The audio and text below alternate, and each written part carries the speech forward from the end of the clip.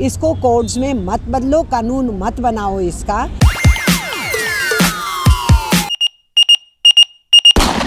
सरकार ने इस कोरोना काल में ज़बरदस्ती पार्लियामेंट में सारी अपोजिशन की गैर मौजूदगी में 3 कोड पारित कर लिए और उससे पहले लेबर कोड पारित किया, वो भी पार्लियामेंट हल्ले हंगामे से।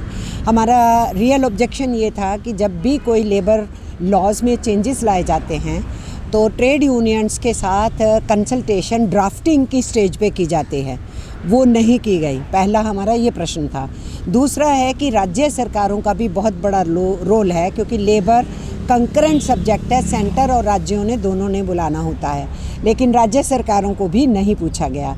तीसरा हमारा ये प्रश्न था, हमने मंत्री जी से मई के महीने में कहा था कि इस कोरोना काल में कोड्स को के इशू को पेंडिंग रखो, हम और आप मिलकर के सब मज़दूरों के जो कष्ट हैं इस कोरोना पीरियड में उसको दूर करें और इस महामारी से लड़ें।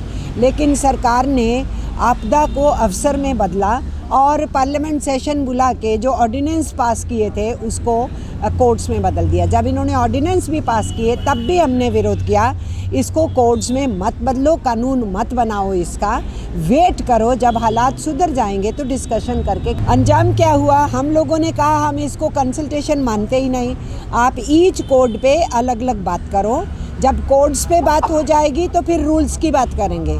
मंत्री ने फिर वही बात दोहराने की कोशिश की।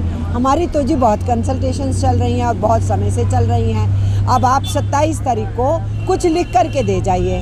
तो ढाक के 3 बात मैं कहूँगी। हालांकि हमने रिटर्न लेटर सबमिट किया है सारी ट्रेड यूनियंस की तरफ से, उसमें हमने सीधे सीधे ये कहा है कि आपकी कोर्ट्स में कंसल्टेशन नहीं हुई, ये भी कहा है आप एक तरफा बढ़ रहे हो, ये भी कहा है कि आप ईच कोड के ऊपर अलग से डिस्कशन करो और फिर उसके बाद ही उनके रूल्स के ऊपर डिस्कशन करो। हमारा स्टैंड फर्म है, लेकिन सरकार लगता है कि पीछे नहीं हटना चाहती। ये बिल्कुल वैसा इक्वेशन हो गया है जैसे किसानों का और सरकार का इक्वेशन हुआ। जो किसानों की ऑर्गेनाइजेशंस हैं उनकी लीडरशिप के कुछ हिस्से से बातचीत होगी कि इस एकता को, मज़दूरों और किसानों की एकता को कैसे बढ़ाया जाए। हम ये समझते हैं कि किसान केवल अपनी नहीं लड़ाई लड़ रहे अपनी ज़मीन को बचाने की, वो हमारे देश की आम उपभोक्ता की लड़ाई लड़ रहे हैं। उस लड़ाई में मजदूर वर्ग ने उनके साथ खड़े रहना चाहिए। अगर आप ये वीडियो YouTube पर देख रहे हैं तो हमारे चैनल को सब्सक्राइब करें और बेल आइकन को दबाना ना भूलें। अगर आप Facebook पर ये वीडियो देख रहे हैं तो हमारे पेज को लाइक करें।